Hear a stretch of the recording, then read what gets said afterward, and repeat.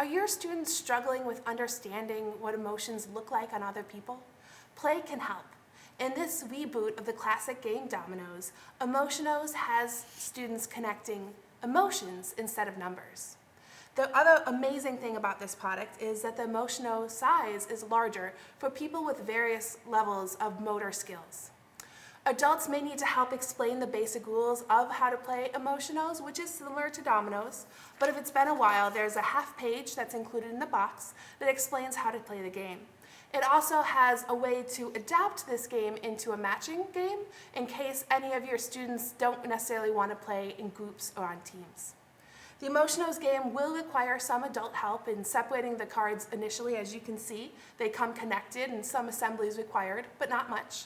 And also perhaps to help mediate a game. As with all games, sometimes emotions run higher, but the wonderful thing about Emotion-oes is you can use the cards to describe the way that you see people reacting and to describe how you're feeling yourself. This game really helps it become clear that our emotions are connected and contagious. Remember, if you have fun, others will too.